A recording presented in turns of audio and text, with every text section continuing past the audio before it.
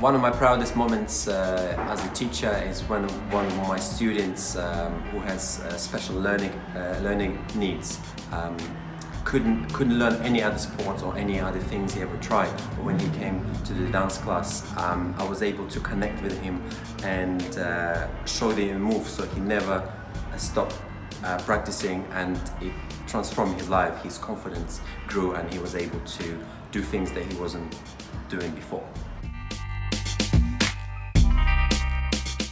So my proudest moment, and why every day is a proudest moment. I'm still here. I've been dancing professionally from the age of 14, so every achievement, everything I do that moves me towards my end goal, my dreams, things that I've completed, they're all proud moments. Even the bits that I've had to shy away from or have learned the hard way, coming through it and still being here today is a very proud moment.